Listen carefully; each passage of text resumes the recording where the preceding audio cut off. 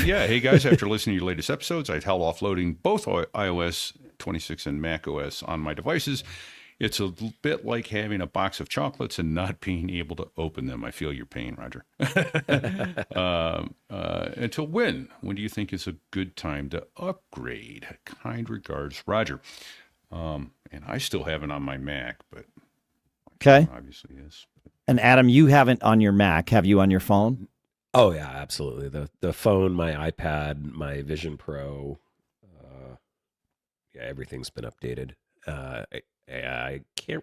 My watch, I'm in a Series 6. I can't remember if it's supported or not. But yeah, I've done everything other than my Mac, and the only reason I haven't done my Mac is because I do this show on it. I do an audio podcast. I have a MOTU interface. I need to do research on figuring out, am I going to have any audio issues? Because I can't have that.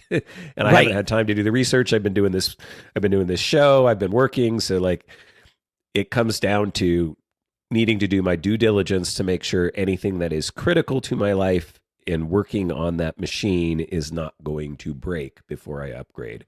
And that's the general advice I give most people. Now my phone and other devices, I know I'm making the conscious choice that there's nothing mission critical on there that if it broke, I would be super sad about. So, that's sort of how I draw that line is like, okay, what am I using this device for?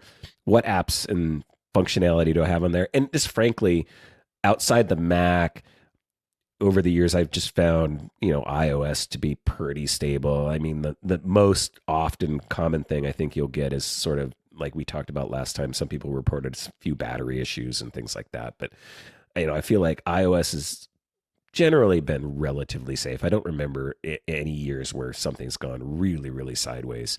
The Mac is a little more, again, mission critical because I rely on that for my web development. I rely on it for audio and stuff like that. So, as someone who is running 26 on most, but clearly not all of my devices, so I am running it on all of my iPhones and iPads that will let me. I am running it on every Mac except for the one here. So I think iOS 26 and iOS 26 is definitely ready. iPadOS 26 is fine. I've chosen to turn on the windowed mode, which really isn't good for an iPad mini. I've done it so that I can have experience with it, right? But it's not something I would actually use. And really what happens is I wind up accidentally moving something from full screen into windowed and then being like, oh yeah, I can do that. But it is a good reminder because we do this show, like how to be functional in that mode. And it's great. And I think if I had a larger screen iPad, I would absolutely love it. But I don't love it on my iPad mini for obvious reasons. It's like I want all the real estate I can take, which is fine.